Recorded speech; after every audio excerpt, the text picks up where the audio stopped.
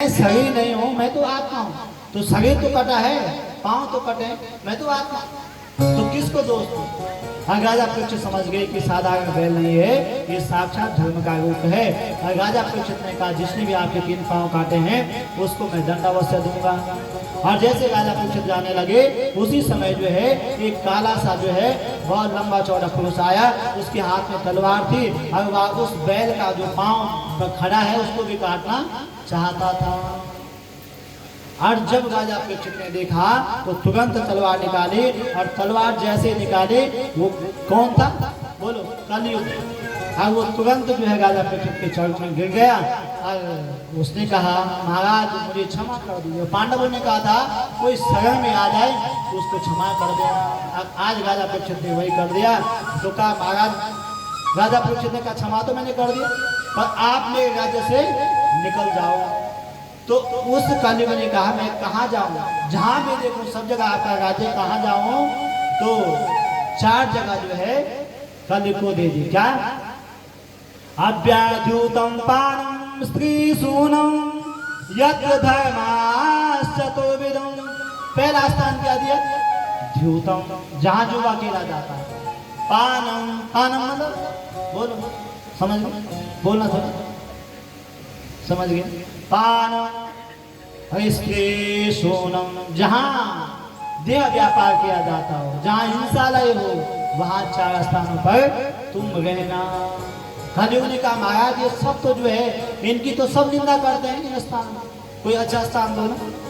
और तब जो है राजा परीक्षित के मुख से निकल पड़ा, पुनश्चायाचमानायं जात रूपा मदद करो ततो निदम मदम कामं रजो वेगम च पंचमम।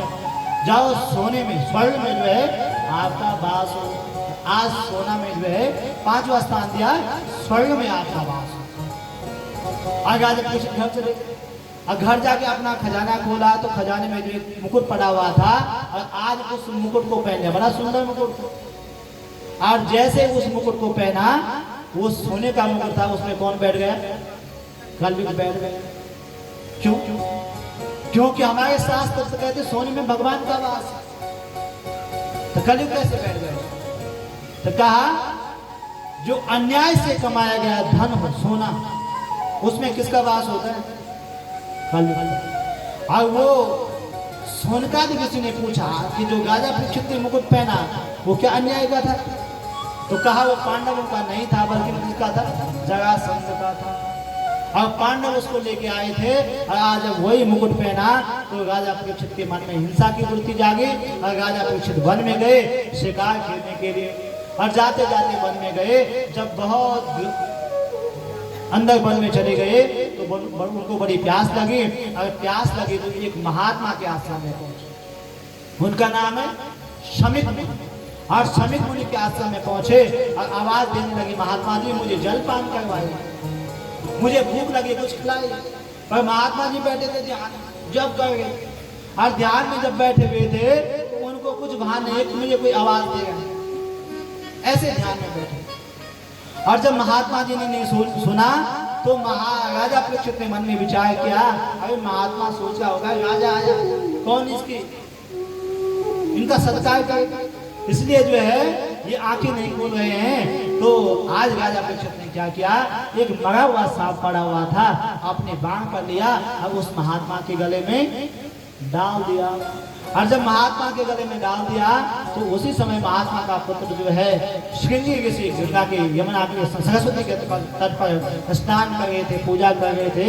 और जब ये सुना कि मेरे पिता के गले में किसी ने मरा हुआ सांप डाल दिया तो तुरंत गंगा जल हाथ में लिया, और हाथ में लेके गंगा जल कहा कि कौशिक्षा पुष्पजा वाग्वर्जा ससर्जहा इति लंघित मर्यादं तक्षका सप्तमे हरे।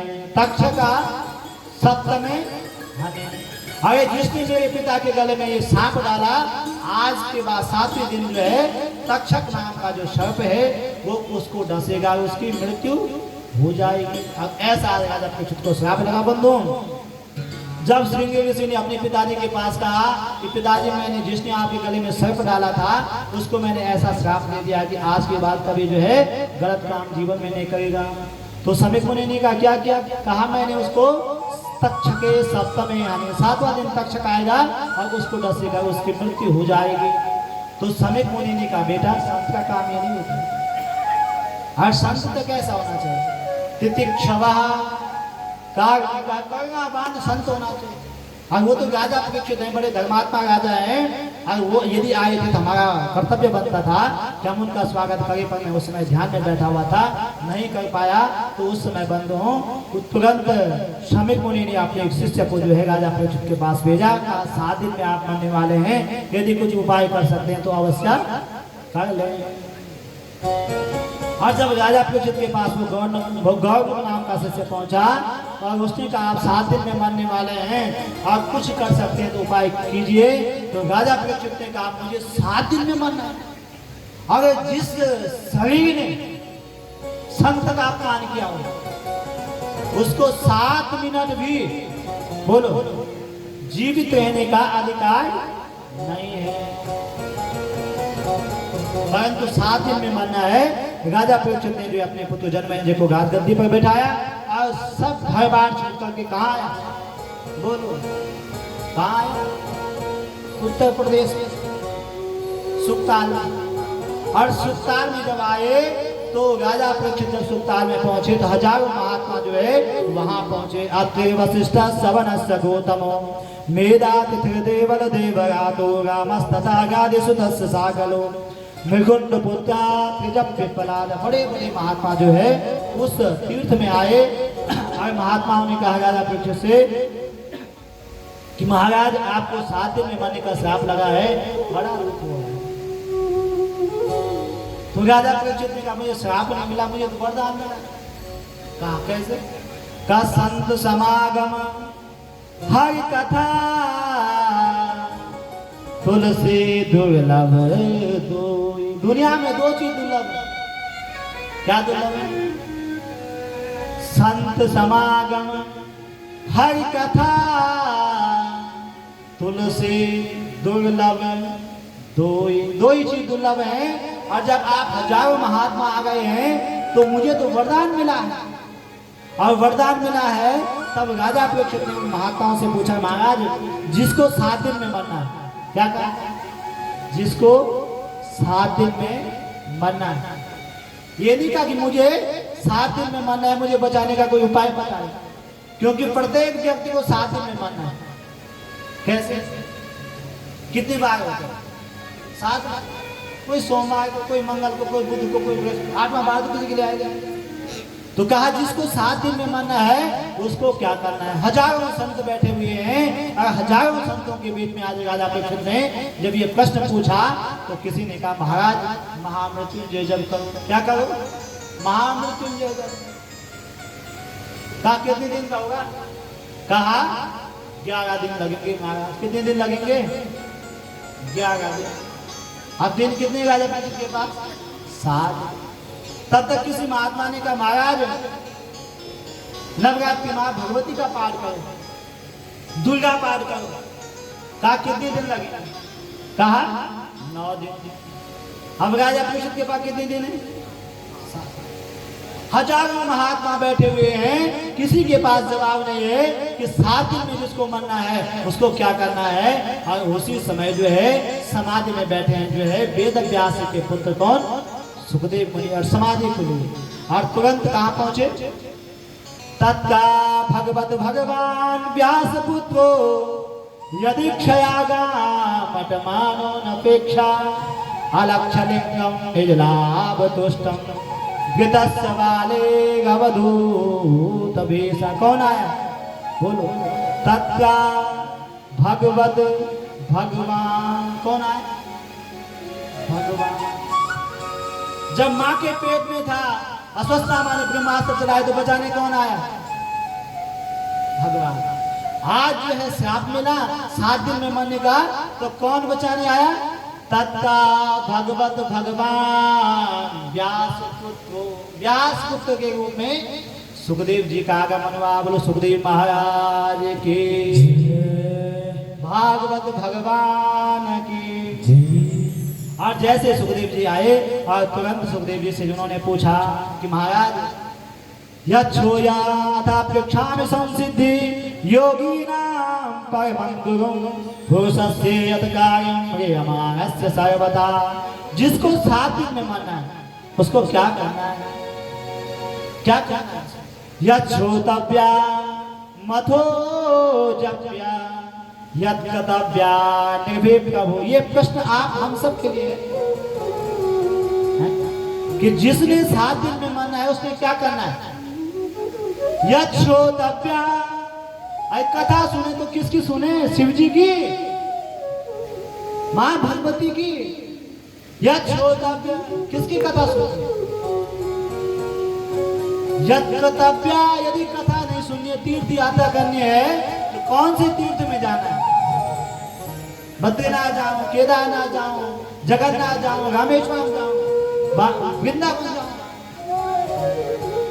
मथो जप्या यत् कर्तव्या निर्भीक प्रभु। और यदि जपना है तो किसका नाम जपना है? शिव जी का नाम जपना है, माता का नाम जपना है, कन्हैया का नाम जपना है, किसका नाम जपना है?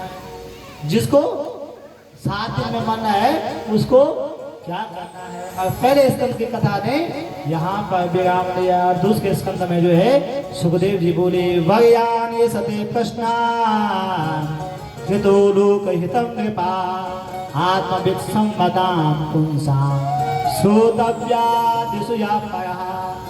जिसको 7 दिन में मानना है उसको क्या करना है? मैं तो जपो सदा तेरा नाम दयालु दया करो। मैं तो जपो सदा तेरा नाम दयालु दया करो।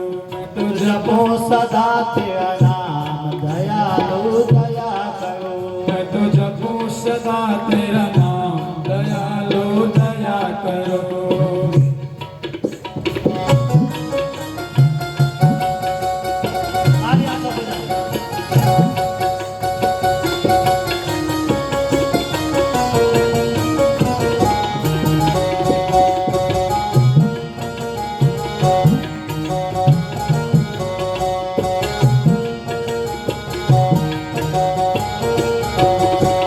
द्वार खड़े हैं भक्त तुम्हारे, द्वार खड़े हैं भक्त तुम्हारे, द्वार खड़े हैं भक्त तुम्हारे, द्वार खड़े हैं भक्त तुम्हारे। अपनी दया के खोलो द्वारे, अपनी दया के खोलो द्वारे, अपनी दया के खोलो द्वारे, अपनी दया के खोलो द्वारे। पूर्ण हो सब काम दयालु दया करो। ओ पूर्ण हो सब काम दयालु दया करो। मैं तो जपो सदा तेरा नाम दयालु दया करो। मैं तो जपो सदा तेरा नाम दयालु दया करो।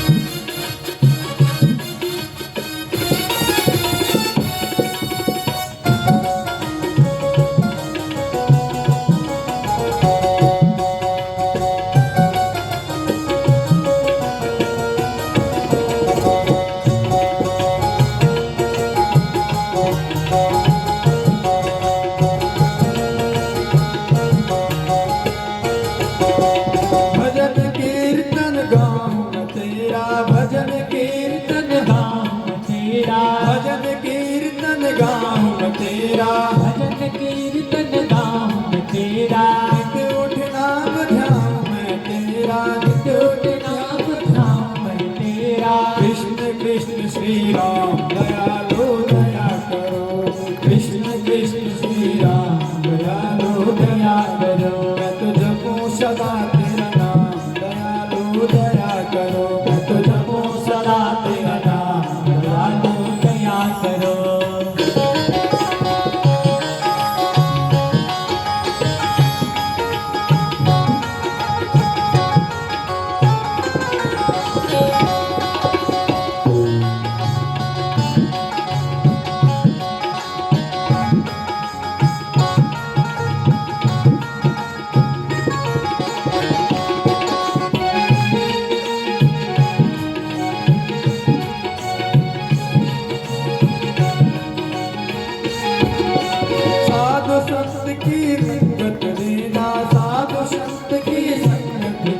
साधु संत की संगत देना, साधु संत की संगत देना, नाम अपने की रंगत देना, नाम अपने की रंगत देना। दास बनल घनश्याम दयालु दया करो, दास बनल घनश्याम दयालु दया करो। मैं तो जपूं सदा तेरा नाम दयालु दया करो, मैं तो जपूं सदा तेरा नाम दयालु दया करो।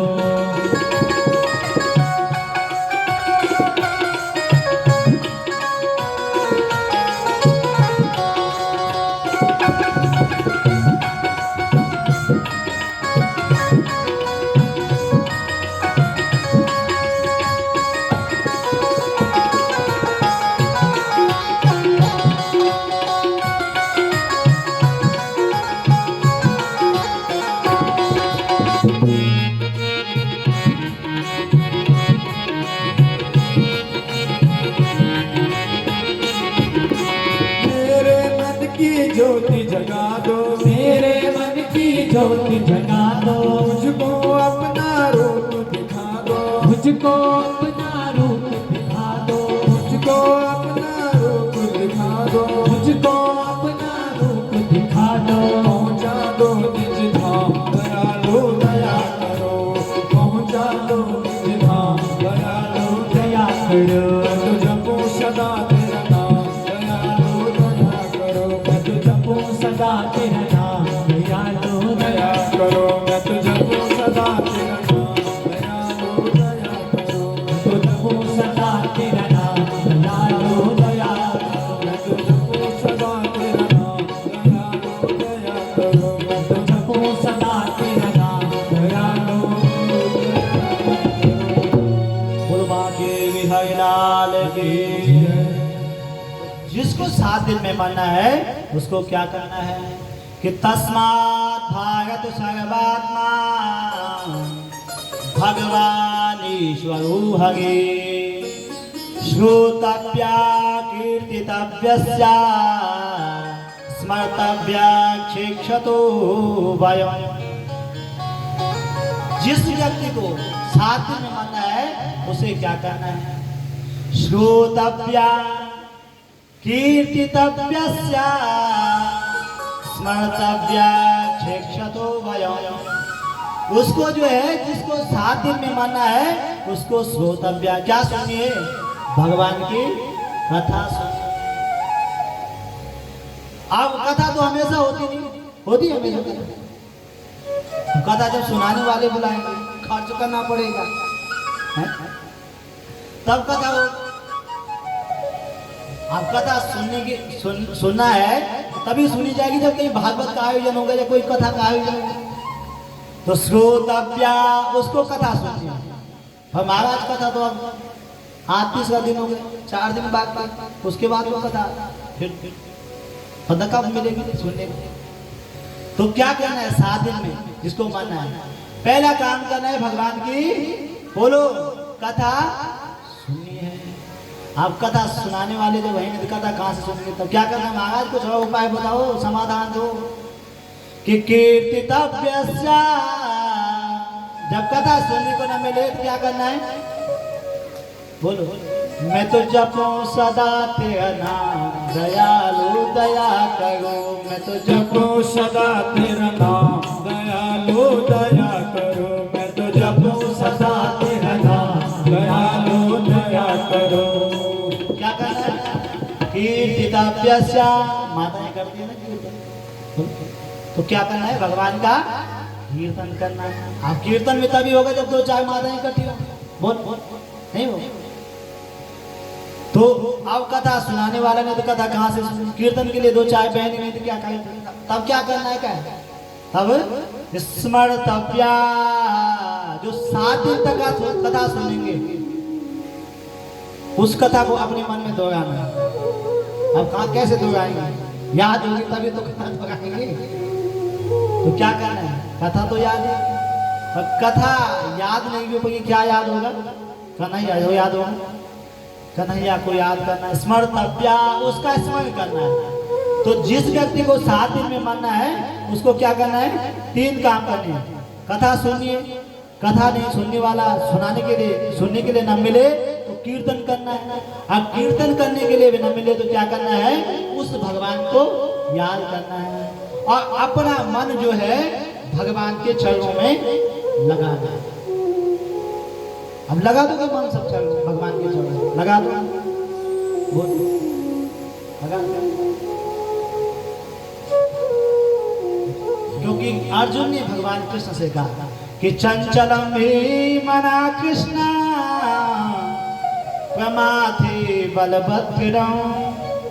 हमारे आचार्य जी पूजा कर गए अंधवाल जी, ये सुबह पूजा करवाते होते, आज होली सब करवाई होगी आप लोगों से, ये प्रधान कराई होगी, कल हमारी दूसरे प्रधान जी से कराई, तो आप लोगों से बहनों से पूजा करवाते हैं पंडित लोग।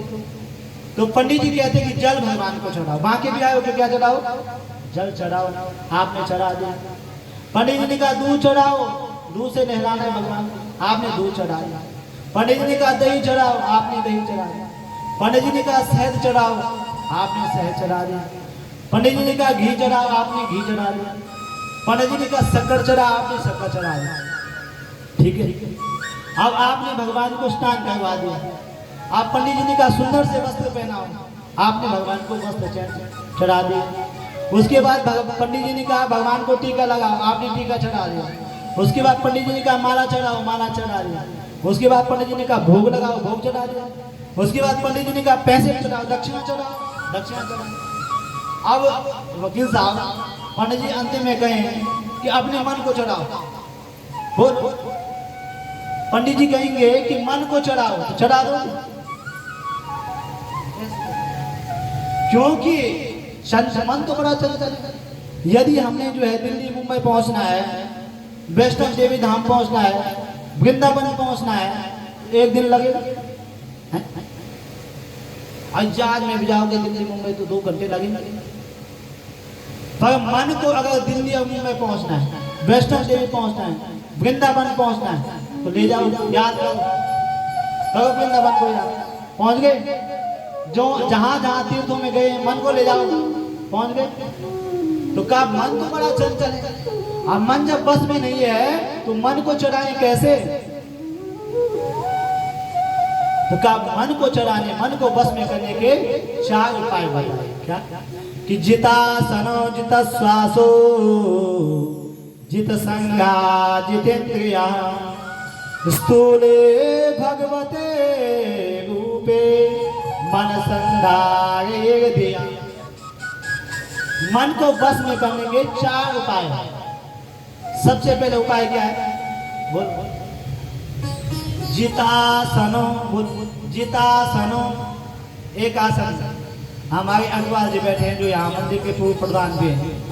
पिछली बार जब उस मैदान में ग्राउंड में कथा हुई थी तभी मैं देखता था 7 दिन तक लगातार कथा सुनना शायद आप, और इस बार भी आप बैठे हुए एक आसन में बैठे हुए।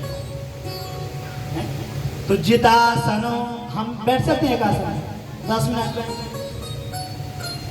फिर 20 मिनट बैठ। तो सबसे पहले मन को बस में करने का तरीका क्या है कि जितासनो। यदि शरीर ठीक है तो आसन में बैठने का रियाज करना है। और जिता श्वासो, उसके बाद प्राणायाम के द्वारा जो है श्वासों को जीतना है। प्रातः काल उठना है, प्रातः काल उठ करके जो है जैसे पलंग में उठे तो सबसे पहले क्या करना है? करागे बसते लक्ष्मी कर मध्य सरस्वती कर मूले तो गोविंदम प्रभाते कर दर्शनम। क्या करना? करागे बसते लक्ष्मी कर मध्य सरस्वती कर मूले तो गोविंदम प्रभाते कर दर्शनम। उठ के जो है अपने हाथों के दर्शन करने। नहीं पहले जमाने में ये बोली, और अब क्या हो गया? सब सुविधाएं हो गई। हाँ, क्या हो गया? करागे बसते लक्ष्मी कर मध्य सरस्वती कर मूले तो गोविंदम प्रभाते कप दर्शन। क्या हो गया? प्रभाते कप दर्शन। जैसे उसे चाहे तो प्रातः काल उठ करके जो है स्नान करने के बाद प्रणाम करना है, मन को जीतना है। जित श्वासो जित संगा जित इंद्रिया, उसके बाद जो है संग जीतना है। भले आप सत्संग में न जाएं, कथा सुनने न जाएं, चलेगा, कोई बात नहीं, परंतु गलत संग में जो है आपको नहीं जाना है। संग जीतना, जितेंद्रिया, फिर अपने इंद्रियों पे बस करना है। तो जब चार चीजें आप करेंगे तो धीरे धीरे मन बस में होगा। और उसके बाद सुखदेव जी कहेंगे राजा परीक्षित, कथा कौन सुना रहा है बोलो? सुखदेव भगवान सुना रहे राजा परीक्षित कि विद्या कामा सुगिरिशं दंपत्यार्थं मुमासतिं अकामा सर्व कामो वा मोक्ष कामो दायते। हमारे यहाँ जो है अलग अलग कामनाओं के लिए अलग अलग देवताओं की पूजा बताई गई है। विद्या कामास्तु गिरीशं, यदि बच्चा है तो उसको किसका मंत्र पढ़ाओ? सरस्वती का मंत्र पढ़ाओ। भगवान शिव जी पे जल चढ़वाओ। पैसे में व्यापार नहीं चल रहा तो किसकी पूजा करनी है बोलो? लक्ष्मी। विद्या कामास्तु गिरीशं दंपत्यार्थं मुमासतिं, दाम्पत्य जीवन में परिवार में झगड़ा चल रहा है, कलह मची है, तो दाम्पत्यर्थम उमा सत्यम, माँ भगवती उमा की पूजा करनी, भगवान शिव की पूजा करनी। अलग अलग देवता कैसे, प्रत्येक बीमारी की दवाई अलग अलग। और जिसकी बहुत सारी कामनाएं हैं और मन में कोई कामना नहीं है, वो क्या करे? अकामा सर्व कामो वा मोक्ष काम उधारति दिव्या भक्ति योगेन यजेते पुरुषा परम। बहुत सारी कामनाएं हैं तो किसकी पूजा करो? बाकी बिहारी की। और कुछ कामना नहीं भी है, किसकी पूजा करो बोलो? बाकी बिहारी की। एक पति पत्नी थे, अब वो कुंभ में स्नान करने गए, हरिद्वार चले गए, इलाहाबाद चले गए। आज स्नान करने गए तो दोनों पति पत्नी, पहले जमाने की बात है, कुंभ के मेले में स्नान करने गए तो बहुत भीड़ थी उस कुंभ मेले में। और जब बहुत भीड़ थी तो दोनों पति पत्नी गई तो पत्नी का हाथ छूट गया। अब पत्नी का जब हाथ छूटा तो बेचारा पत्नी छूट गई, मिली नहीं कि भीड़ बहुत। और जब बहुत भीड़ थी कुंभ में तो पत्नी का हाथ छूट गया। आजकल के जमाने की बात है कि फोन हाथ में, मोबाइल हाथ में, उस टाइम काम हुआ है। सब जगह उसने ढूंढा उस पति ने अपनी पत्नी को, और कहीं नहीं पत्नी मिली। और जब पत्नी कहीं नहीं मिली तो वहां भी जा घूमता घूमता घूमता फिर वापस घर आ गया। अब जब घर आए तो घर में है, बिना पत्नी के तो कोई काम होता नहीं करते बोलो? बिना माताओं के घर चल सकता है? बहुत कठिन।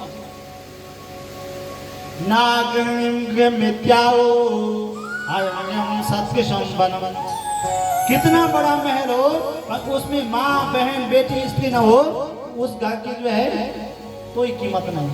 वो पत्थर का मकान तो है और वो आनंद नहीं जब तक माँ नहीं माता। क्योंकि जहाँ माताएं होती, जहाँ बहनें होती, हमारे शास्त्र कहते हैं कि यज्ञनायस्तु पूज्यन्ते रम्यन्ते तत्र देवता। वहां कौन आता बोलो? तत्र देवता। जहाँ माँ और बहन होते हैं, जहाँ माताएं पूजा पाठ करती हैं, स्त्रियां होती हैं, वहां देवता भी आते हैं। अब उस बिचारी की पत्नी के कुंभ मेले में घूमे, अब वो जो है घर में आया तो काम बिना पत्नी के बहुत कठिन जीवन चला। अब जब कठिन था तो उसने क्या किया कि वो भगवान राम का बड़ा भक्त था। किसका भक्त था? भगवान राम का। बोलो राजा रामचंद्र भगवान के। अब वो सीधे कहाँ गया? अयोध्या के पास का था, अयोध्या राम के मंदिर में पहुंचा। और जब अयोध्या धाम में राम के मंदिर में पहुंचा तो बैठ गया और बैठा। एक दिन गया, दूसरे दिन गया, भगवान से कहा भगवान मेरी पत्नी कहीं से वापस आ जाए, नहीं आया। एक महीना प्रार्थना करते करते हो गया पर पत्नी नहीं आई। और जब पत्नी वापस नहीं आई तो वह एक महीने बाद वही मंदिर में बैठ गए। अब उसने कहा भगवान राम जी जब तक आप मेरी पत्नी को वापस नहीं लाओगे तब तक मैं यहाँ से उठूंगा नहीं। और आंखें बंद करके बैठ गए। अब आंखें बंद करके बैठ गया तो आंखें तो उसकी बंद है और भगवान को याद कर रहा है। और भगवान ने क्या किया उसके गाल में जो ऐसा लगाया हाथ का, उसकी आंखें खुली, देखा कोई दिखाई नहीं। और जब कोई दिखाई नहीं उसने फिर आंखें बंद कर दी। कहा भगवान जब तक मेरी पत्नी वापस नहीं आएगी तब तक जो है मैं वापस नहीं घर नहीं जाऊंगा। हाँ फिर आंखें बंद की तो फिर इस गाल में जो है ऐसे पड़ा, देखा कुछ दिखाई नहीं। फिर उसने भगवान राम से कहा भगवान चाहे कुछ भी हो जाए पर जब तक मेरी पत्नी मुझे नहीं मिलेगी तब तक मैं घर नहीं जाऊंगा। अब भगवान राम ने कहा कैसा भगत आ गया, कैसा भगत। और तब भगवान राम को प्रकट होना पड़ा। अब भगवान राम ने कहा अरे भगत जी जब मैं अपनी पत्नी को नहीं लाया, मेरी पत्नी का पता किसने लगाया, हनुमान जी। तो जब मैं अपनी पत्नी को नहीं लाया तो आपकी पत्नी को कहां से लाऊं। अगर पत्नी की खोज करनी है तो वायु पुत्र कौन है, हनुमान जी। उनके पास जाओ वो पता लगाएंगे। बोलो पवन पुत्र हनुमान की। अलग अलग कामनाओं के लिए अलग अलग देवताओं की पूजा बताई गई है बंधुओं। उसके बाद जो है राजा परीक्षित ने सृष्टि के विषय में पूछा कि सृष्टि कैसे बनी। और तब सुखदेव जी ने कहा कि सृष्टि में पहले कुछ भी नहीं था, स्थावर जंगम अंडज उद्भिज कुछ भी नहीं था, केवल सब जगह जल ही जल था। और जब जल ही जल था तो उस जल में एक भगवान का निवास था। उनका नाम क्या था, नारायण। और भगवान ने मन में एको ब्रह्मा द्वितीयो नास्ति, भगवान ने मन में विचार किया मैं एक से अनेक हो जाऊं। तो उनकी नाभि कमल से जो है एक कमल का फूल निकला, वहां से ब्रह्मा जी उत्पन्न हुए। और ब्रह्मा जी जब उत्पन्न हुए तो ब्रह्मा जी के कितने मुख हैं, 4 मुख हैं। और चारों दिशा में एक ही बार देख लेते हैं। जब ब्रह्मा जी को ये पता नहीं लगा मैं पैदा कहां से। और तब क्या स्पर्शे सुयत षोडशमेकविंशं निष्किंचनानां नृभ्यद्धनं विदु। उस कमल के नाल में जो है ब्रह्मा जी नीचे गए ऊपर आए, नीचे गए ऊपर आए। और जब पता नहीं लगा तो आकाशवाणी भी ये ब्रह्मा जी क्या करो, तप करो, तप करो, 2 शब्द सुनाए गए। और तब ब्रह्मा जी ने तपस्या की। और तब भगवान विष्णु जो है हाथ पकड़ा ब्रह्मा जी का, कहा ब्रह्मा जी मैं आपको विधाता बनाता हूँ, तुम विधाता बन जाओ, मतलब सृष्टि का सृजन करो। तो ब्रह्मा जी ने कहा भगवान लोग एक मकान बनाते हैं, अहंकार जीवन में आ जाता है, यदि मैंने पूरी सृष्टि को बना दिया तो मुझे भी अहंकार हो जाएगा। और संसार में ऐसा कोई व्यक्ति नहीं जिसको कुछ मिल जाए उसको अहंकार ना। गोस्वामी तुलसीदास जी कहते हैं कि को नहीं जाने मास जग माही, को नहीं जाने मास जग माही, को नहीं जाने मास जग माही, को नहीं जाने मास जग माही, को नहीं जाने मास जग माही, को नहीं जाने मास जग माही। प्रभुता पाई जाए मद नाहि, प्रभुता प्रभुता पाई जाए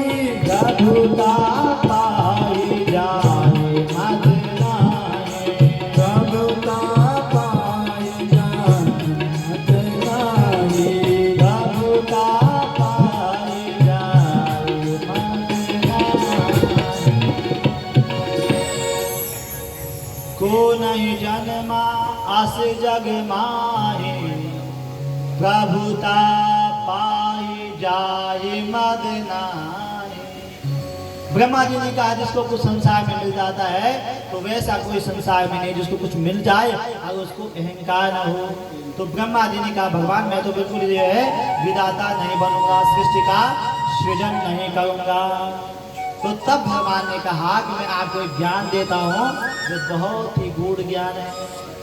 ज्ञान परम गुह्यम में यद विज्ञान समन्वितम सरहस्यम तदंगम च ज्ञान गदितम मया। बहुत गूढ़ ज्ञान देता हूँ जिससे आपके जीवन में अहंकार जो है नहीं आएगा।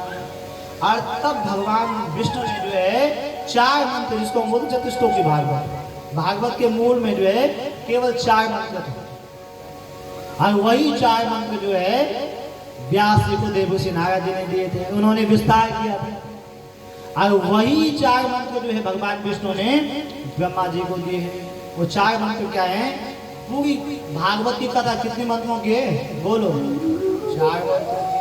सब लोग आके बंद करो, हाथ जोड़ो और 4 मंत्र सुनो, उससे भी पूरे भागवत सुनने का फल जो है जीव को प्राप्त हो जाता है। अहमेवा समेवाग्रे नान्यद यद सद सद परम पश्चादाहं यदे तस्या यो वसिष्येति सोऽस्म्यहम् ऋतेर्थं यत् प्रतीयेता न प्रतीयेत चात्मनि तद् विद्यात्मनो माया यथा भासा यथात्तमो यथा महन्ति भूतानि भूतेषु चावचेष्वनो प्रविष्टान्या प्रविष्टानि तथा तेषु न तेष्वहम् एतावदेव जिज्ञास्यं तत्त्वजिज्ञासुनात्मना अन्वया व्यतिरेकाभ्यां यस्या सर्वत्र सर्वदा। बोलो भागवत भगवान की जय, बद्र विशाल भगवान की जय। थोड़ा जोर से बोले, बोलो बद्र विशाल भगवान की जय, भागवत भगवान की जय, गंगे मैया की जय, यमुना मैया की जय। ये 4 मंत्र जो है भगवान ने ही ब्रह्मा को सुनाए। तो भागवत किसी मनुष्य ने कही, वो किसने कही? भगवान।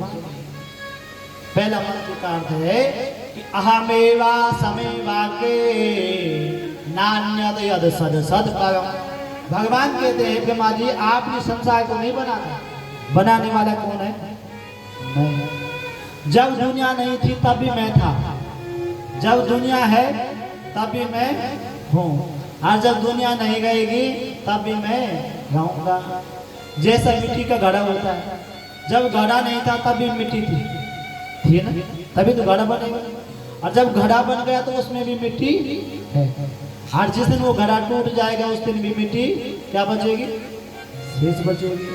और सरल तरीके से समझाओ कि जैसे आप बाजार में गए, मार्केट गए, आपने 100 ग्राम सोना लिया। कितने ग्राम? 100 ग्राम सोना लिया। अब 10 ग्राम की आपने गले की चैन बना दी, ठीक है। 10 ग्राम के आपने कानों के झुमके बना दिए, 10 ग्राम की आपने चूड़ियां बना दी, अंगूठियां बना दी। क्या है वो? स्वर्ण, सोना। अब आपने जब जो है चेन बना दी, गले की माला बना दी सोने की, तो क्या कहोगे? सोना है। बोलो सोना है। क्या माला है ना? माला कहोगे? सोना माला है। जब कुंडल बन जाएंगे कान के, क्या हुए? सोना ही पहना हुआ। क्या कुंडल पहने हुए? हाथ की चूड़ियां पहने, क्या कहें? सोना पहना, चूड़ियां पहने। अब आपने कुछ समय तक उनका उपयोग किया, और जब कुछ समय बाद जो है वो पुराने हो गए तो आप सुनार के पास ले गए, और सुनार ने जो है आपके चेन को पिघला दिया, आपके कानों के कुंडल पिघला दिए, और आपको दिखा दिया ये सोना निकला। तो तब आप कहोगे कि एक माला थी। बोलो तब क्या दिखाई देगा? सोना दिखाई दे रहा है। वैसे ही भगवान कहते हैं जब दुनिया नहीं थी तब भी मैं था, जब दुनिया है तब भी मैं हूँ, और जब दुनिया नहीं गएगी तब भी मैं गाऊंगा। और दूसरे श्लोक में कहा वितीर्थम यत् प्रतीता ना प्रतीयेत चात्मने तद विद्यात्मनो माया यथा भास यथार्थम। कि जगत सत्य है, जगदीश्वर सत्य है, बताओ कौन सत्य है? जगत सत्य है या जगदीश्वर सत्य है? कौन है सत्य? हम किसको समझते हैं सत्य? जगत को। और जगत क्या है? ब्रह्म सत्या जगत मिथ्या। तो भगवान के मेरी माया से जो है ये संसार हम सत्य समझ गए हैं, संसार को हम अपना समझ गए हैं, पर ये संसार क्या है? सत्य नहीं है। यन माया वसवर्त विश्वमखिलम ब्रह्मादि देवासुरा यत सत्वात् अमसेव भाति सकलम रज्जो यथा गमा। आपके आंगन में पाइप पड़ा हुआ है, पानी भरने वाला रबड़ का पाइप पड़ा हुआ है, और आप रात के अंधेरे में उठे, आप भूल गए कि आंगन में पाइप है और अंधेरा होगा तो आपको क्या ऐसा घुमा हुआ होगा, पाइप घूमता ही बोल क्या दिखा, क्या समझेंगे? रज्जु यथा गमा, उसमें सांप का भय होगा, और जैसी लाइट आएगी समझ जाएंगे सांप नहीं, क्या है पाइप। वैसे भगवान के मेरी माया से जो है लोग मुझे झूठ समझते हैं और जगत को क्या समझते हैं? सत्य समझते हैं। और यथा महंति भूतानि भूतेषु चामचेश्वरो। तीसरे श्लोक में भगवान ने कहा कि दुनिया में जितनी भी चीज बनी है वो पंचभूतों से बने हैं, और मैं उन पांचों भूतों के अंदर भी हूँ और पांचों भूतों से बाहर भी हूँ, और दुनिया को बनाने वाला भी मैं हूँ, बनने वाला भी मैं हूँ, और सर्वम विष्णुमयम गिरंग वदजम सर्वस्वरूपो बभू। सब कुछ जो है करने वाला मैं हूँ, कराने वाला हूँ। कहते हो तुम कन्हैया मेरा नाम हो रहा है, कहते हो तुम कन्हैया मेरा नाम हो रहा है। तालियां सब हो जाएगा।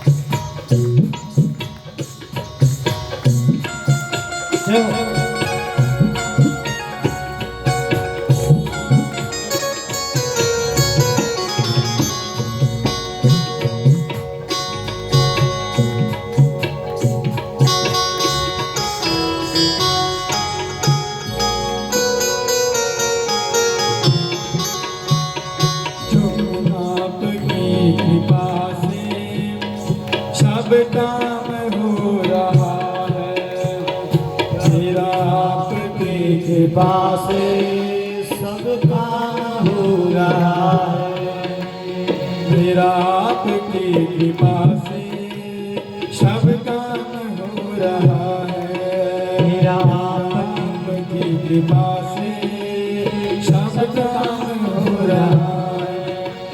करते हो तुम कन्हैया, करते हो तुम कन्हैया, मेरा नाम हो रहा है, मेरा आपकी कृपा से सब काम हो रहा है, मेरा आपकी कृपा से सब काम हो रहा है।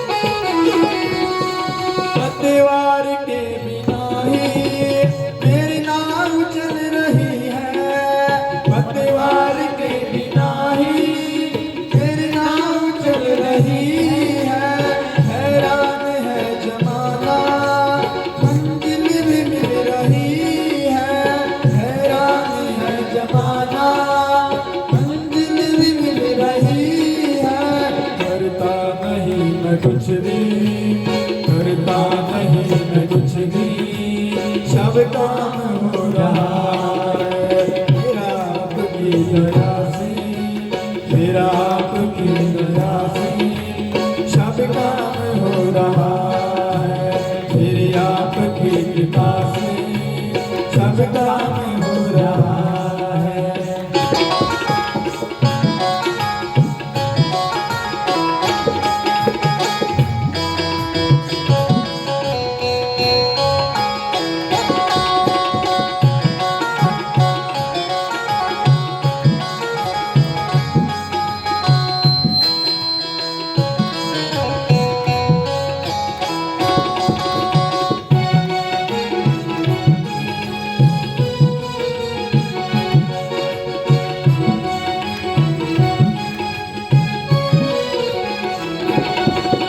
तुम साथ हो जो मेरे, इस बात की कमी है। तुम साथ हो जो मेरे, किस चीज की कमी है।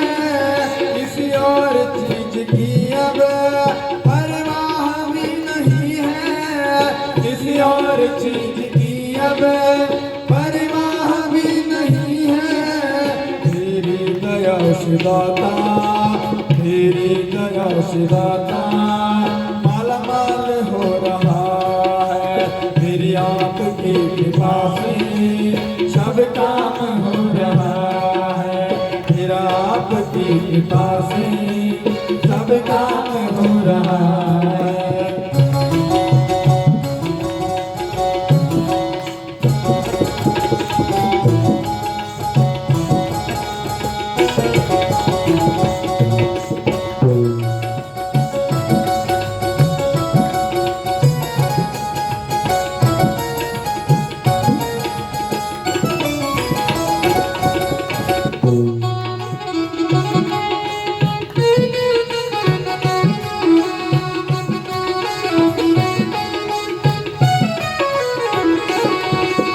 मैं तो नहीं हूँ काबिला, तेरा नाम कैसे गाऊं। मैं तो नहीं हूँ काबिला, तेरा नाम कैसे गाऊं। टूटी हुई वाणी से गुणगान कैसे गाऊं। टूटी हुई वाणी से गुणगान कैसे गाऊं। तेरी ही प्रेरणा से, तेरी ही प्रेरणा से ये कमाल हो रहा है, मेरा आपकी कृपा से सब काम हो रहा है, मेरा आपकी कृपा से सब काम हो रहा है। राधे राधे गोविंद, गोविंद राधे, राधे राधे गोविंद, गोविंद राधे, गोविंद राधे राधे गोपाल राधे, गोविंद राधे राधे गोपाल राधे, राधे राधे गोविंद, गोविंद राधे, राधे राधे गोविंद, गोविंद राधे, गोविंद राधे राधे गोपाल राधे, गोविंद राधे राधे गोपाल राधे, राधे राधे गोविंद, गोविंद राधे, राधे राधे गोविंद, गोविंद राधे, राधे राधे गोविंद, गोविंद राधे, राधे राधे गोविंद, गोविंद राधे। बोलो बाके बिहारी लाल के, भागवत भगवान की जय। तो 4 मंत्रों में जो है भगवान ब्रह्मा जी को विष्णु ने उपदेश किया और उसी को जो है चतुश्लोकी भागवत कहते हैं। और तब जो है बंधुओं यहाँ पर पूछा कि व्यादस्याचरणं ध्रुवस्य च वायो विद्या गजेन्द्रस्य का जातिर्विदुरस्य यादवपते गोग्रस्य किं पौरुषं पूज्याया कमनीयरूपमधिकं किं तत्सुधां नोदनं भक्त्या तुष्यते केवलेन च गुणे भक्ता प्रियो माधवा। दूसरे स्कंद ने विराम लिया और संतों ने पूछा कि भगवान किसको मिलते होंगे, पहले किसको मिलते होंगे भगवान? कहा भगवान उसको मिलते होंगे जो हरिद्वार में जाके रोज 5 बार स्नान करता होगा, उसको भगवान मिलते होंगे। तो कहा जो बड़ी उम्र वाला महात्मा होगा उसको भगवान मिलते होंगे। कहा नहीं। तो कहा जो बड़े बड़े ब्राह्मण वेद पाठ करने वाले होंगे उनको भगवान मिलते होंगे। कहा नहीं।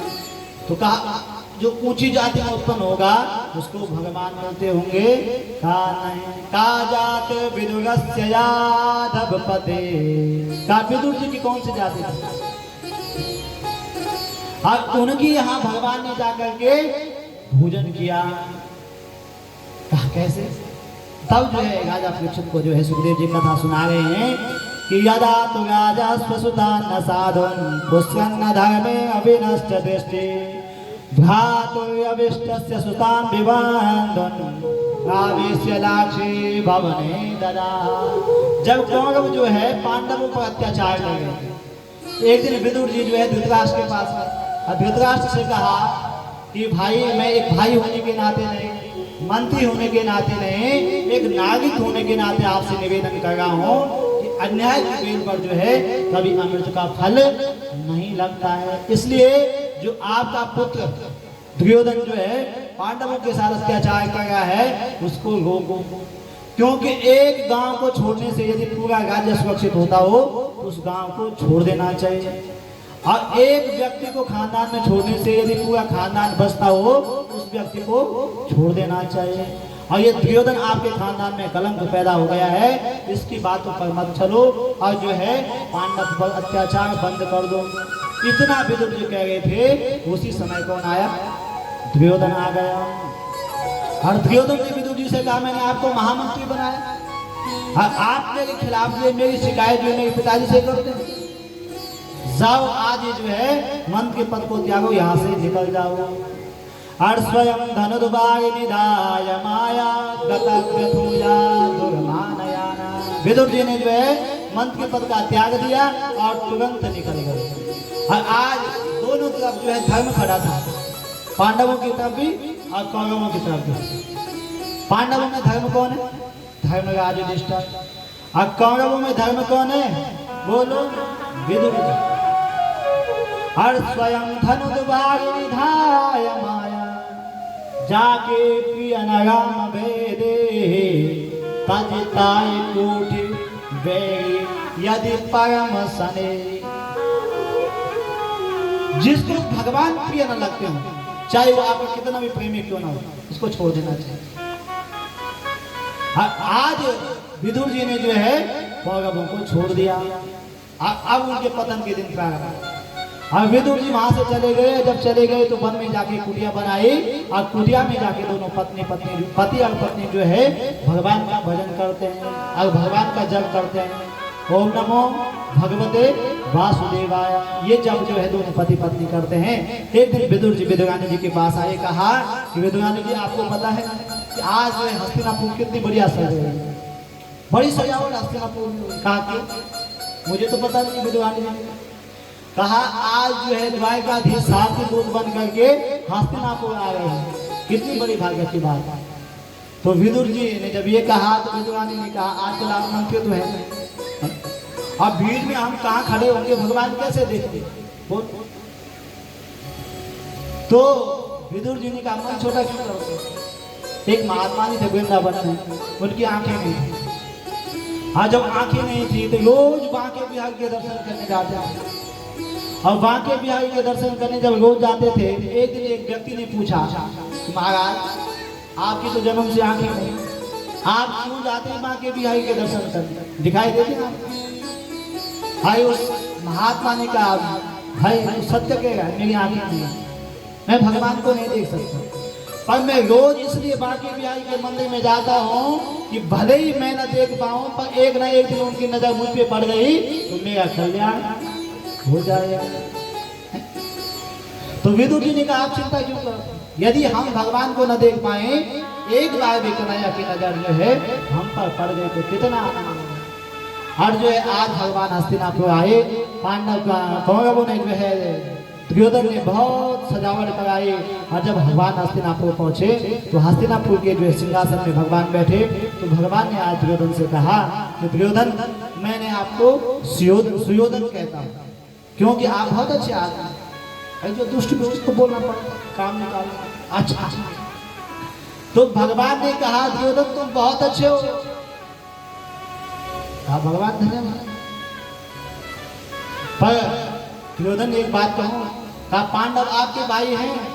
कहा जी हाँ। कहा आपके काका के बेटे हैं? कहा जी हाँ। तो जब वो आपके भाई हैं, आपके परिवार के हैं, तो आधा गाजर जो है उनका बनता है। परंतु मैं आपसे कहता हूं कि आप आधा गाजर मत दो। कितने भाई हैं पांडव? 5 भाई, और 5 गांव जो है उनको दे दो। तो दुर्योधन ने क्या कहा? तुरंत खड़ा और उसने कहा सुत्यागेरेव दास्यामि बिना युद्धे न केशव। अरे भगवान, बिना युद्ध के मैं एक सुई की नोक के बराबर भी जमीन देने वाला नहीं हूँ। आप 5 गांव की बात करते हैं। और जब उसने ये कहा तो भगवान ने कहा दुर्योधन तुझे तो बात करने की भी तमीज नहीं है, कैसे बात की जाती। और तब जो है दुर्योधन ने तुरंत बात बदल दी। कहा भगवान, मैं दिल का साफ आदमी हूँ और जो मुख में आता मैं बोल दूँ। अब मुख में तो वही आएगा जो अंदर हो। बोल। तो कहा भगवान राजपाट की बात बाद में कर लेंगे, पहले आप एक काम करो कि मेरी माँ ने आपके लिए 56 प्रकार के भोजन बनाए हैं। मेरी माँ के यहाँ आज जो है पहले भोजन कर लो, तब बाद में बात कर लेंगे। भगवान ने कहा आज तो भोजन नहीं हो सकता भाई। क्यों? क्योंकि 2 विधि भोजन होते हैं, विपद पड़े या पेट। भोजन की 2 विधियां होती हैं, या तो खिलाने वाले के मन में भाव, ठीक है, और या तो खाने वाले के पेट में भूख हो, अभाव। अब तेरे मन में भाव नहीं बोल, और मेरे पेट में भाव नहीं, परंतु चल कोई बात है, तभी मैं भोजन कर सकता था। पर आज जो है विदुर जी के यहाँ मेरा भोजन। किसके यहाँ है? विदुर जी के यहाँ। विदुर जी के यहाँ आई, उनका तो अपनी खाने का ठिकाना नहीं, आपको क्या खिलाएगा? अब भगवान ने कहा जब मुझे बुलाया है तो मुझे ये चिंता नहीं है कि खाने का ठिकाना है या नहीं है। जब बुलाया है तो कुछ ना कुछ व्यवस्था होगा। तो कहा कब बुलाया आपको? कहा जब मैं द्वारका में था तो उनका पत्र गया था कि हस्तिनापुर आओ तो पहला भोजन जो है मेरे यहाँ करना। और विदुर जी भी उस सभा में खड़े बैठे। और विदुर जी ने कहा मैंने कब निमंत्रण दिया। विदुर जी ने भगवान की तरफ देखा, भगवान ने इशारा किया चुप, मैं जो कह रहा हूँ ठीक कह रहा हूँ। और विदुर जी ने कहा बांके बिहारी तो बड़े टेढ़े, न जाने कब पहुंच जाएंगे घर में, इसलिए विदुर जी उस सभा से उठे और सीधे बाजार चले गए। कहा? सारंगपुर के बाजार। और जब बाजार गए तो बाजार में दूध घी मक्खन जो है भगवान के लिए लेने लगे। और यहाँ से भगवान ने जो है दुर्योधन को मना किया और तुरंत भगवान नंगे पांव आज जो है कहाँ जाने लगे? विदुर जी के यहाँ। अब विदुर जी बजाए गए और विदुरानी द्वार पर है और विदुरानी जो है द्वार बंद है, अंदर स्नान कर रही है। तो भगवान द्वारकाधीश जैसे लोग मंदिर में नंगे पांव चलते हैं, जैसे आप लोग परसों जब कलश यात्रा हुई तो नंगे पांव चल रहे थे, वैसे भगवान भी भक्त के घर में कैसे जाते हैं? नंगे पांव। और जैसे भगवान जो है विदुरानी के घर में पहुंचे, भगवान ने जोर से आवाज लगाई काकी जी, काकी जी। अब काकी जी ने जैसे ही द्वारकाधीश की आवाज सुनी बड़ी आनंद, और जब बड़ी आनंदित हुई तुरंत द्वार खटखटाए, द्वार खोला और द्वार पर कौन खड़ा है? बोलो। अब वो तो आनंद में इतनी पागल हो गई कि कपड़ा जो गीले कपड़ों में आगे भगवान ने अपना दुपट्टा फेंका और दुपट्टा को जो है विदुरानी ने ओढ़ा। उसके बाद भगवान अंदर गए तो विदुरानी ने कहा भगवान बैठो। क्या निकाली? चौकी निकाली। और चौकी निकाली तो एक कोने में भगवान को ले गए, इसको कि भगवान यहाँ बैठने की जगह साफ है। फिर वहां से वो चौकी उठाई, अरे भगवान ये साफ नहीं है, इस कोने में बैठ। फिर वहां से वो चौकी उठाई, भगवान ये जगह भी साफ नहीं है, कहा इस कोने में बैठे। और फिर यहाँ भी कहा कि भगवान ये जगह भी साफ नहीं है, इस कोने में बैठो।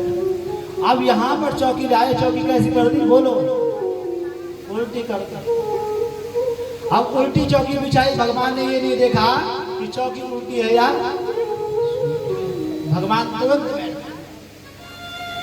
और जैसे ही मेरे द्वारकाधीश चौकी में बैठे, तुरंत हाथ में अपने पेट पे फेरा, काकी जी कुछ भोजन कुछ है? काकी जी ने कहा द्वारकाधीश कन्हैया अभी तो कुछ है नहीं, पर अपने बगीचे में जो है केले के कदली फल लगे हैं, केले के फल लगे हैं, मैं लेके आती हूँ। और तुरंत जो है कंदी के वन में गई, कंदी केले के फल लाई, और जब भगवान के भोजन के लिए पत्ता बिछाया, तो वो भी कैसे बिछाते हैं, बोल उल्टा बिछाते। अब वो तो भगवान को देखे थे, भूल गई सब कुछ। अब जब भगवान को देखने में लगी हुई थी, तो वो केले को छीलती है और छिलका उस पत्तल में रखती है, और जो अंदर खाने वाला जो फल होता है उसको फेंकती है। और भगवान ने क्या किया, एक छिलका खाया, दो छिलका खाया, तीन छिलके खाए। भगवान ने क्या बोला, काकी जी बहुत मीठे हो गए, हमारे यहाँ भोजन बनता, हमको दाल में नमक कम हो गया, चाय में चीनी कम हो गई। पर भगवान ने एक बार भी ये नहीं कहा बुआ जी क्या खिलाए हो, काकी जी क्या खिलाए। भगवान को केले के छिलकों को खाते गए, और जब 15-20 केले के छिलके खाए, तो तब तक जो है द्वार पर कौन आ गया, विदुर जी। और विदुर जी ने जोर से आवाज लगाई, विदुरानी विदुरानी। और विदुरानी तुरंत द्वार पर आई, कहा क्या हुआ। अरे कहा तुझे पता है आज भरी सभा में द्वारकाधीश ने कहा कि मेरा भोजन कहाँ है, विदुर जी के यहाँ। और बाकी भी आई, कभी झूठ नहीं बोलते, तुरंत चौका लगाओ, चटाई बिछाओ और कुछ भोजन की व्यवस्था करो, बाकी भी आई, कब आ जाए कुछ पता नहीं। विदुरानी ने कहा आज आएंगे नहीं, बल्कि आए हुए हैं, कहाँ बैठे हैं, अंदर बैठे। और जब विदुर जी अंदर गए तो देखा भगवान को जो है केले के छिलके खा गया। और जब केले के छिलके भगवान खा रहे थे, तो विदुर जी ने अपनी पत्नी को कहा, अरे आज पहली बार जो है द्वारकाधीश हमारे यहाँ आए हैं, आज तुमने इनका स्वागत कैसे।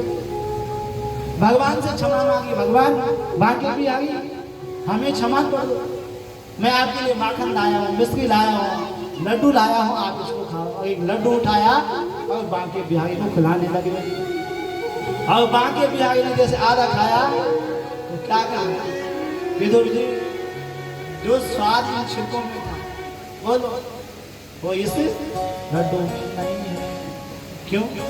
क्योंकि भाव का भूखा हूं मैं, भाव एक साए है, जो भाव से भजता को भव से बेड़ा पार है। भगवान क्या देखते, बोलो आप भगवान को कुछ भी चढ़ाओ, पत्तम पुष्पम फलम, पर भाव यदि आपका पवित्र है तो भगवान उसको भी ग्रहण कर लेते हैं। और आज भगवान ने जो है विदुर जी के यहाँ भोजन किया। जब भगवान अपनी लीला संपन्न करके जाने लगे, तो उद्धव जी ने भगवान को कहा, भगवान आपको तो जो है जगह जगह भोजन भोग लगे होंगे, 56 प्रकार के भोग लगे होंगे, सबसे बढ़िया भोग कहाँ लगा। तो विदुर भगवान ने कहा सबसे बढ़िया भोजन भोग मुझे 2 जगह लगा। कहाँ? एक तो बोलो जब राम अवतार में आया था तो किसके बेर खाए थे, वाह सबके लिए तालियां बजाओ, आपने लिए अपना। और जब द्वापर युग में आया कृष्ण बन करके तो किसके छिलके खाए, सबसे ऊंचे प्रेम सगाए, सबसे ऊंची प्रेम सगाए, सबसे ऊंची प्रेम सगाए, सबसे ऊंची प्रेम सगाए, सबसे ऊंची प्रेम सगाए। दुर्योधन को मेवा त्यागो, दुर्योधन को मेवा त्यागो, साग विदुर घर खाई रे, ओ साग विदुर घर खाई रे, सबसे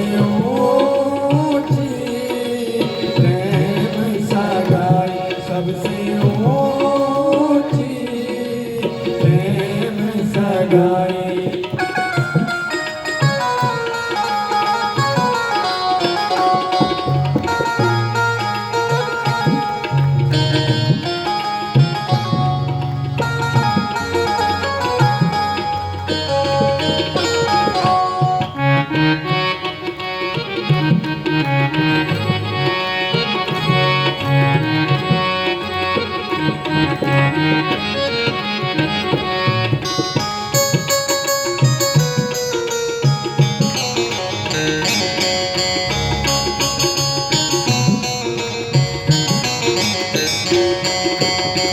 झूठे फल सबरी के खाए, झूठे फल सबरी के खाए, बहुविधि करत बड़ाई,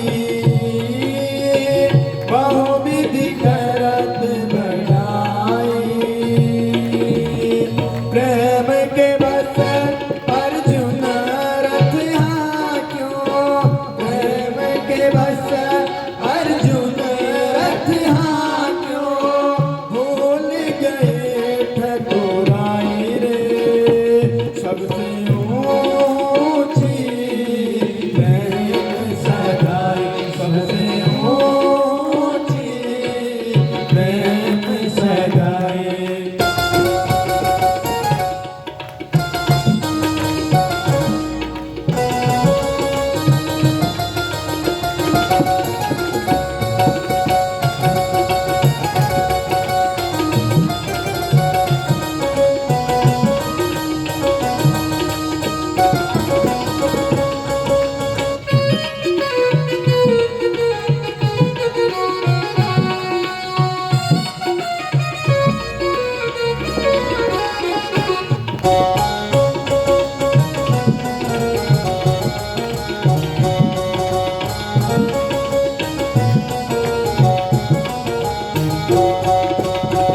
ऐसी प्रीति करी वृंदावन, ऐसी प्रीति करी वृंदावन, गोपियन नाच नचाई,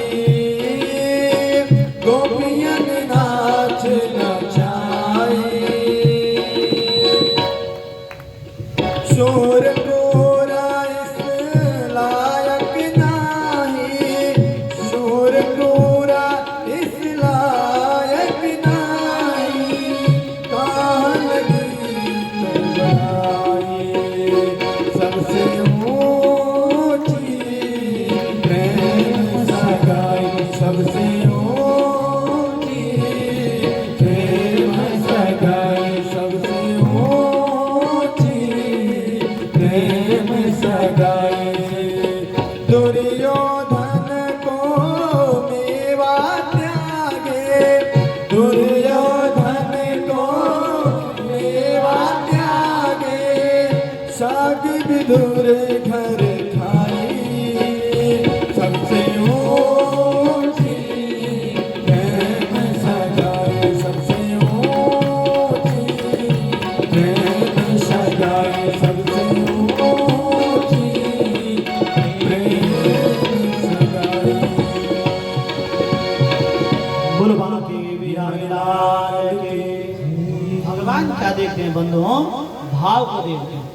तो जब उद्धव जी ने जो भगवान को पूछा कि सबसे बढ़िया भोग आपको कहाँ लगा, तो कहा 2 जगह लगा, एक विदुर जी के यहाँ और एक जो है राम अवतार में सबरी मैया के बेड़ों में जो है सबसे ज्यादा स्वाद जो है इन 2 जगह आया। और जब आज उद्धव जी ने पूछा तो भगवान को विदुर जी की याद आ गई। दुनिया याद करती है किसको? बोलो कन्हैया। अब कन्हैया याद कर रहे हैं किसको? वाह क्या व्यक्तित्व है जिसको भगवान याद करते। राम कहता युग में दुनिया राम को याद करती थी, आज भी राम को याद करते हैं। पर राम किसको याद करते हैं? बोलो भगत जी को। भगत सरसी को राम सने, भरत सरसी को राम सने,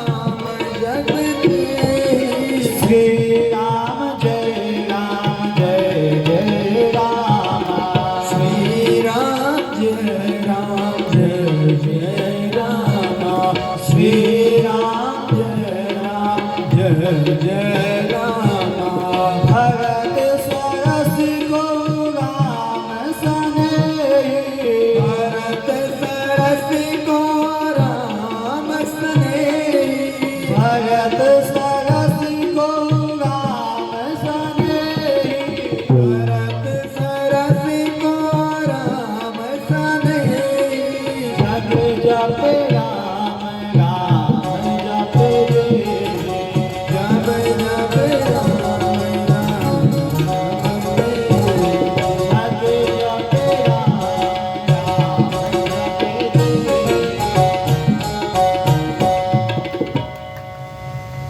जग बोलो जग जग जप जप राम राम राम राम जपे जपे जे। जे। दुनिया याद करती है भगवान का, दुनिया याद करती है कन्हैया को, पर कन्हैया याद करते हैं विदुर जी को।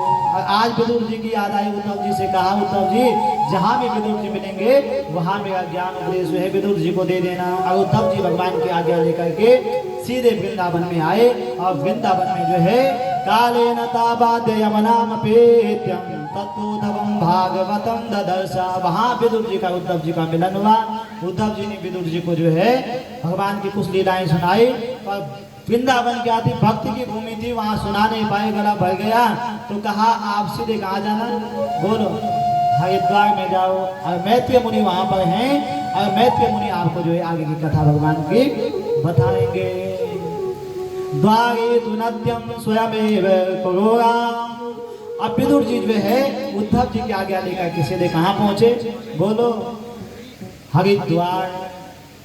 बोलो गंगे मैया की, हरिद्वार धाम की। और विदुर जी जब जो है सीधे हरिद्वार में आए मैत्रेय मुनि के आश्रम में, तो मैत्रेय मुनि को प्रणाम किया। और प्रणाम करने के बाद मैत्रेय मुनि से कहा महाराज मैं आपसे कोई कुतर्क नहीं करना चाहता हूँ, मेरे मन में कोई शंका नहीं है, परंतु जिज्ञासा है पूछने की कि सुखाय कर्माणि करोति लोके न ते सुखम वा यदुपायमं वा भेद्यन्तु भूयास्तदेव दुःखम् यदात्र युक्ता भगवान बदेना। विदुर जी ने मैत्रेय जी से पूछा कि संसार में जो है सब जीव सुख के लिए काम कर रहे हैं, हर समय माला जप रहे हैं, क्या जप रहे हैं कि सुख संपत्ति घर आवे कष्ट मिटे तन का।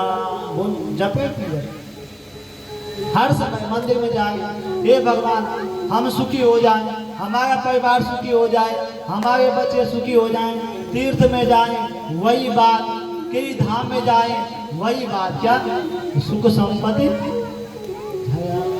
और माला जब में दिन में दुख की माला भी जब तक जब तक कि मैं दुखी हो जाऊं, मैं दुखी हो जाऊं, मैं दुखी हो जाऊं, माला जब पर सुखी कोई हो, कोई दुनिया में सुखी दिखाई दे।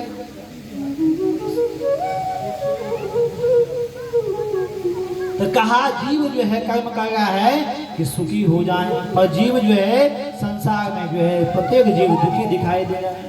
और दूसरा प्रश्न पूछा कि सृष्टि का सृजन कैसे हुआ, सृष्टि का विस्तार कैसे हुआ, इस विषय में बताइए।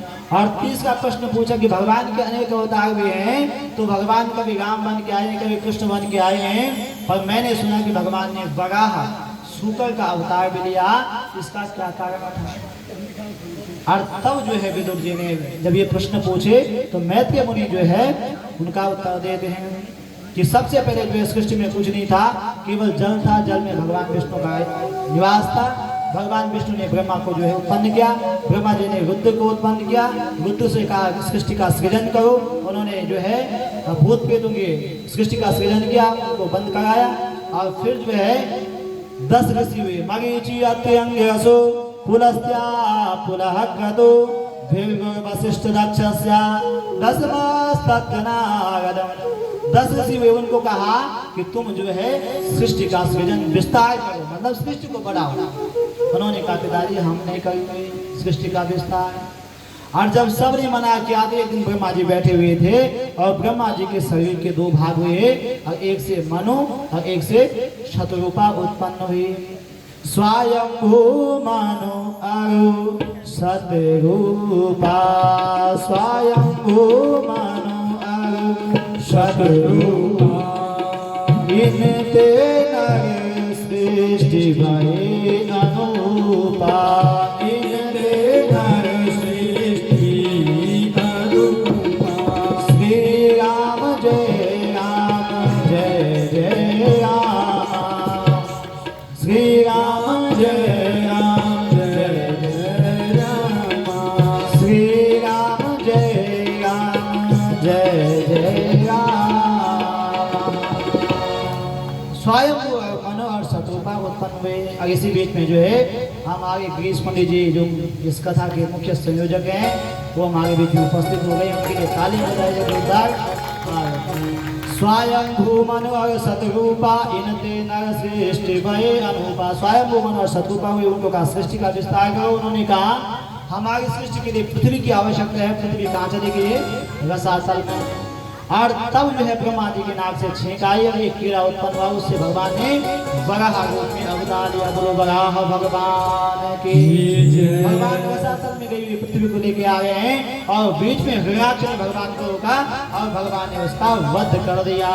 बोलो बांके बिहारी लाल की जय। और उसके बाद सृष्टि को स्थापित किया और मन और शत्रुपा की 5 संतान हुई। आकृति देवहूतिश्चा प्रसूति विश्रुता प्रियव्रत पादु। 3 कन्याएं हुई आकृति देवहूति प्रसूति और 2 बेटे हुए प्रियव्रत उत्तानपाद और 1 पुत्र हुए ब्रह्मा जी के कर्दम ऋषि जिनका नाम क्या है कर्दम। अब ब्रह्मा जी ने कहा बेटा तुम जो है सृष्टि का विस्तार करो। उन्होंने कहा बिल्कुल नहीं पिताजी मैं तो भगवान का भजन करूंगा। पिताजी ने कहा बेटा पहले सृष्टि बसाओ घर बार बसाओ कि बुढ़ापे में जो है भजन कर लेना। उन्होंने कहा नहीं पिताजी। और वो वन में चले गए और वन में जब चले गए तो जब माला जपते जपते जपते बुढ़ापा आ गया। और जब बुढ़ापा आया तो सारनपुर पहुंचे और सारनपुर पहुंचे तो देखा लोगों के नाती किसी कोई अपने नाते को घुमा रहे हैं, कोई बच्चों को घुमा रहे हैं, कोई पत्नी के साथ घूम रहा है। और जब सब घूमने पे लगे हैं तो कर्दम जी के मन में हुआ आगे शादी कर लेता। पत्नी होती बच्चे होते बच्चों के बच्चे होते मैं भी घुमा। अब बूढ़े हो गए बुढ़ापे में आया। जब तो जवानी में पिताजी ने कहा शादी कर ले बेटा कहना और बुढ़ापे में शादी की मन में होगी छी। अब जब करने लगे किस चीज का पत्नी मनोरमाम देही मनोविद्यानुसारिणी तारिणी दुर्ग संसारा सागरस्या कुलोद्भवम। भगवान शादी हो जाए शादी हो जाए शादी हो जाए शादी हो जाए। कोई माला जप रहा सुखी हो जाओ कोई माला जप रहा मुक्ति मिल जाए कोई ये महाराज का जप है बोलो शादी हो जाए। अब भगवान का जब इसके मन में आई गई बात तो जो है इसकी भक्त की इच्छा पूरी करनी है। अब भगवान उसके पास गए कहा भाई कर्दम जी शादी करने की इच्छा है। तो पहले जमाने में होता था कि माँ बापों के सामने कैसे कैसे शादी करनी। अब कर्दम जी ने भगवान जी को देखा कहा भगवान शादी करने की इच्छा बिल्कुल नहीं महाराज। भगवान ने कहा कहीं झूठ तो नहीं बोल रहे। अब भगवान ने उसके मन की बात देनी चाहिए। अभी जब शादी नहीं करनी थी मैं तो बात पक्की करके आ गया बोल। तो कर्दम जी ने कहा जब बात पक्की कर ली तो शादी करी दो। और तब जो है स्वयं भूमन और शत्रुपा को आदेश दिया भगवान ने। और स्वयं भूमन और शत्रुपा अपनी बीच वाली बेटी देवहूति को लेकर के कर्दम जी के पास गए। और कर्दम जी ने जो है शादी के लिए कर्दम जी के सामने प्रस्ताव रखा। तो कर्दम जी ने कहा कि मैं शादी तो करूंगा और मेरी एक शर्त है। क्या एक बेटा होगा बोलो एक बेटा होगा और मैं वन में चले जाऊंगा भगवान का भजन करने के लिए। अब कोई माता पिता ऐसा होगा कि जवाई कहेगा बेटा जो लड़का देखने आए वो कहे कि एक बेटा होगा मैं वन चले जाऊंगा माला जब बोल तो कोई देगा अपनी बेटी बोलो। तो स्वयं मन और शत्रुपा जी ने जो है देवहूति की तरफ देखा कहा बेटी जवाई को ये लड़का तो ये कह रहा है। अब बेटी देवहूति ने कहा पिताजी शादी कर दो। शादी से पहले पता कितने वादे होते हैं बोलो कितनी शर्तें होती हैं सब वादे टूट जाते हैं। इसलिए मेरी शादी कर लो। कर्दम जी के साथ में जो है देवहूति मैया की शादी हो गई। और जैसे शादी हुई तो लोग घूमने फिरने जाते हैं। कर्दम जी तपस्या पूजा करने बैठे और कर्दम जी की समाधि लग गई। कितने साल की बोलो 40 साल। हाँ देवहूति कितने साल की अभी 20 साल की, अब 40 साल की समाधि। अब 40 साल बाद जब समाधि खुली तो करदम जी ने देखा एक बुढ़िया माता जो है यहाँ पर बैठी हुई है बगल में। भाई आप कौन हो? अरे कहा महाराज तुम 60 साल की हो गई, जब आई थी तो बिल्कुल जवान थी, युवती थी, कुमारी राजकुमारी थी, और आज जंगल में न खाने को न पीने को। तो कहा आप कौन हो? कहा मैं स्वयं मनोहर शत्रुघ्न मेरे पिता हैं। आज से 40 वर्ष पहले जो है मेरे पिताजी ने मेरा विवाह आपके साथ कर दिया था और आप समाधि में बैठ गए। तो कहा आप अपने पिता के घर क्यों नहीं गए? क्यों नहीं गए? तो उस देवभूति ने कहा कि एक ही धर्म एक व्रत ने मां, एक ही धर्म एक व्रत ने मां, एक ही धर्म एक व्रत ने मां, एक ही धर्म एक व्रत ने मां, गाय वचन मामा पति पद के मां, पति पद के मां, गाय वचन मामा पति पद के मां, गाय वचन श्री राम जय राम जय जय राम, श्री राम जय राम जय जय राम, श्री राम जय राम जय जय राम, श्री राम जय राम जय जय राम, एक ही धर्म एक व्रत ने मां, एक ही धर्म एक व्रत ने मां, गाय वचन मम पति पद के मां, गाय वचन पति पद ने मां, गाय वचन मम पति पद के मां, गाय वचन पति पद ने मां, श्री राम जय राम जय जय राम, श्री राम जय राम जय जय राम। तो कहा प्रत्येक स्त्री का क्या धर्म होता है? बोलो।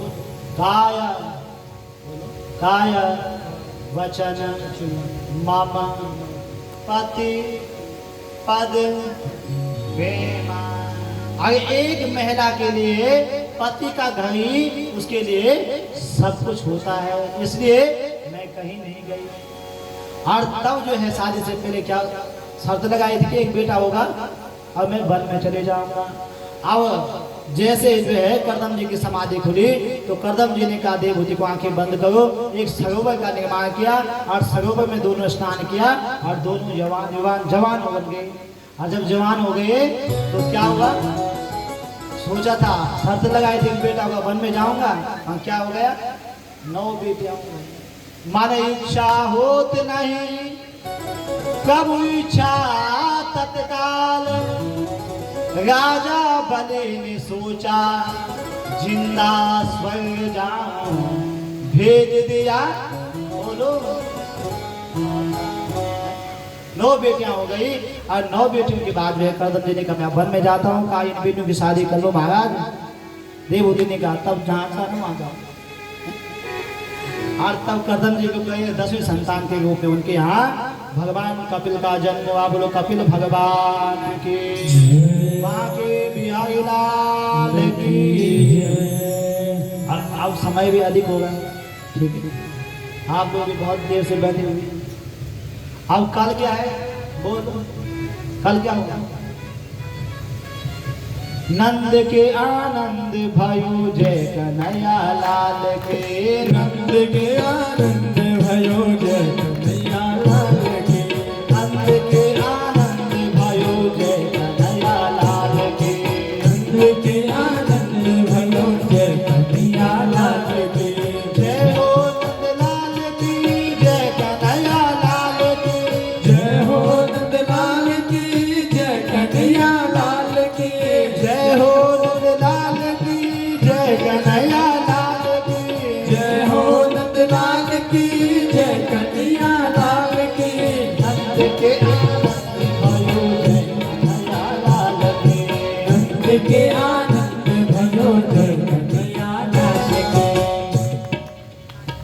होगा ना, ठीक है। तो कल आप लोगों ने ठीक टाइम पे पहुंचना है, क्योंकि कल बहुत सारी कथाएं हैं, ठीक है। अभी तो बहुत पीछे कथा चल रही है। और जबकि मैं आपको कथा गिलाऊं और कुछ नहीं सुनाया कुछ कथा बिल्कुल जो प्रॉपर भागवत में कथा है वही सुना रहा हूं मैं आपको। तो कल जो है सब लोग उत्साह से आना, क्योंकि जब हमारे यहाँ बच्चे का जन्म होता है तो उत्साह में आता। वैसे कल कौन आएंगे? कन्हैया आएंगे, तो सब उत्साह में आना और माखन मिश्री भी लाना और जो है मिठाइयाँ भी लाना, बिस्कुट भी लाना, जो जो आपका सामर्थ्य बने वो चीज भगवान कन्हैया के लिए लेके आना। बुलबा के बिहारी लाल के। और जैसे कपिल भगवान का जन्म हुआ, करदम जी वन में चले गए और कपिल की माता कौन है? कुल देवहूति। और देवहूति मैया ने क्या किया? एक सुंदर सी व्यास गद्दी बनाई, उस पे कपिल भगवान को बिठाया, सुंदर सा चंदन लगाया, फूल की माला पहनाई। और आज जो है कपिल भगवान से पूछा कि निर्विराम नितराम भूमन आसदीन्द्रियतर सयात येन संभाव्यमानेन प्रपन्नातं तमाप्रभु। क्या पूछा कि भगवान कपिल आप ये बताइए कि जीव कहते जीवा कि अच्छा भोजन करना है, कान कहते हैं कि अच्छी अच्छी चीज सुनने हैं, आँख कहते हैं कि अच्छी अच्छी वस्तु देखने, अच्छी अच्छी जगह देखने। प्रत्येक इंद्रिय जो है अपनी सुख की ओर भाग रही है। पहला प्रश्न मेरा ये है कि इन इंद्रियों को जो है बस में कैसे किया जाए। और दूसरा प्रश्न मेरा ये है कि बंधन मन का होता है, बंधन आत्मा का होता है, या बंधन शरीर का होता है। ये चार प्रश्न जो है देवहूति ने अपने पुत्र कपिल भगवान से पूछे। इनका जवाब कब मिलेगा? बोलो। कल ठीक 3 बजे कल पूछूंगा आप लोगों को। तो बोलिए बाके बिहारी लाल की, राजा रामचंद्र भगवान की, भद्र विशाल भगवान की, भागवत भगवान की। एक बार जो है इस पूरी आयोजन मंडली के लिए कपिल भी आए, और जो है यहाँ पे जितनी भी जगह नजदीक है न्यू कपिल भी आए, और जितनी भी नजदीक जगह है आप सब के लिए बहुत बहुत धन्यवाद। और सब अपने लिए तालियां जो है अपना बजाओ, ठीक है। और विशेष करके जो हमारे जो पंडित जी हैं आज ग्रीस अंथवाल जी, उनके लिए भी आप तालियां एक बार जोरदार बजाइए। और उनसे अधिक जो भूमिका है जो हमारे मंदिर के पंडित जी हैं आचार्य रमेश अंथवाल जी, जिनकी कृपा से और जिनके आशीर्वाद से जो है ये कार्यक्रम यहाँ पे सुलभ हो गया है, उनके लिए भी बात तालियां बजाइए। तो बोल बाके बिहारी लाल की, राजा रामचंद्र भगवान की, हनुमान जी महाराज की, गंगे मैया की, यमुना मैया की, सत्य सनातन धर्म की। तो परसों हमारे बीच में 5वें दिवस में जो है स्वामी ज्ञानानंद तीर्थ जी जो मध्य प्रदेश से हमारे बीच में पहुंचेंगे, और श्री महंत सहजानंद ब्रह्मचार्य जी जो अध्यक्ष हैं शाकंभरी संस्कृत महाविद्यालय के, वो भी हमारे बीच में आएंगे। तो आप लोग कल भी और परसों भी बड़ी उपस्थिति में पहुँचेंगे। तो आप सबको प्रणाम, आप सबके जीवन में मंगल हो, आप सबके जीवन में सुख शांति समृद्धि हो, यही हम ईश्वर से प्रार्थना करते हैं। बोलो भद्र विशाल भगवान की, भागवत भगवान की, राजा रामचंद्र भगवान की, कृष्णचंद्र भगवान की, गौ माता की, बाके बिहारी लाल की, सत्य सनातन धर्म की। अब आगे जो है आरती सूचना जो पहले देंगे, अभी लाइट की जगह है आगे लाइट, उसके बाद जो है जितने भी दानदाता, क्योंकि बिना दान के कोई काम होता नहीं है। जब आप लोग दिल खोल कर दान देंगे तो हमारे महाराज जी भी हर साल कथा करा देंगे। तो जो है दानदाताओं का जो सहयोग मिला है उन सब के नाम जो है अभी यहाँ से आपको सुनाए जाएंगे। आप उन सब के लिए एक बार तालियां बजाइए।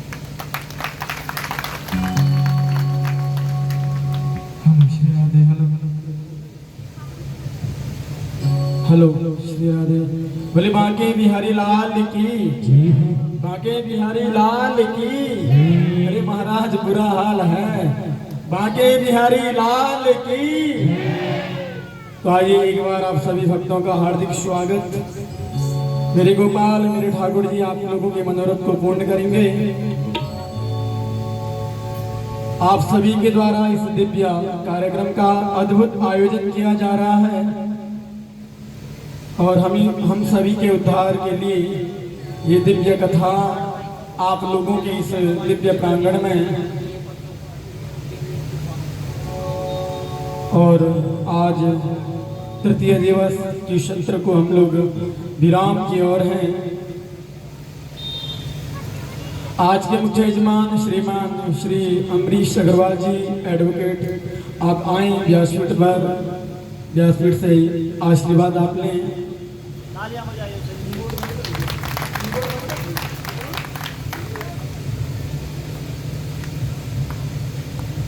और श्रीमान प्रीतम सिंह जी एडवोकेट, आप भी आए।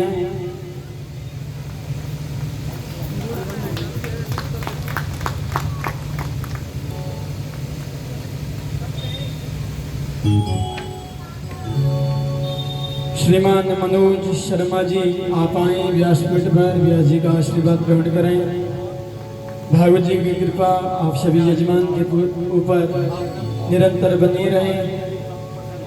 एक बार जोरदार तालियों में कमी ना हो। ये तालियों में आप लोग कंजूसी कर रहे हैं तो तालियों में कमी नहीं होनी चाहिए। जोर से आप लोग तालियां बजाएंगे। और एक बार हमारे आचार्य जी के लिए, मंदिर के जो मुख्य आचार्य हैं, बड़े भाई पंडित श्री गिरीश चंद्र जी, इनके लिए जोरदार तालियां आप लोग बजा लें।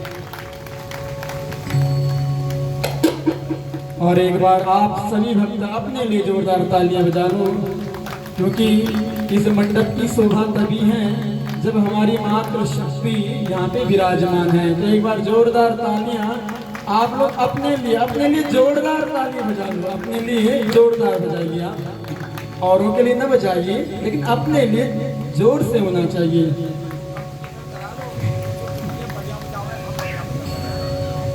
तो बोले बांके बिहारी लाल की, लेकिन पीछे वालों की आवाज नहीं आ रही है। बांके बिहारी लाल की। तो आइए आप सभी के सहयोग से यह दिव्य कार्यक्रम हो रहा है। 2100 रुपया श्रीमान सुमित और अमित मानक टल्ला दिल्ली रोड से हैं। एक बार जोरदार तालियों में कंजूसी नहीं होनी चाहिए। 1100 रुपया सुरेश चंद्र शर्मा जी कपिल बिहार से हैं। 2100 रुपया मनोज शर्मा जी हैं कपिल बिहार से। 1100 रुपया बलजीत ठेकेदार जी हैं। 501 रुपया रामपाल हलवाई जी हैं। 5100 रुपया गुप्तदान। देखिए गुप्तदान की अद्भुत महिमा है। एक बार जोरदार तालियां आप लोग बजा लें। देखिए आपकी तालियों की जो आवाज है वो बहुत कम आ रही है, इसलिए जरा तालियों में कंजूसी नहीं। 2100 रुपया अनुपम त्यागी जी और 500 रुपया गुप्तदान। 2100 रुपया नीरज सैनी जी हैं। 500 रुपया पुनः गुप्तदान है। 2100 रुपया राजकुमार गुप्ता जी हैं। एक बार जोरदार ताली आप लोग बजा लें। 1100 रुपया रजनीश शर्मा कपिल बिहार से हैं। एक बार जोरदार ताली। 101 रुपया दिव्या और 1100 रुपया राजेंद्र सिंह पूनिया दरोगा जी कपिल बिहार से हैं।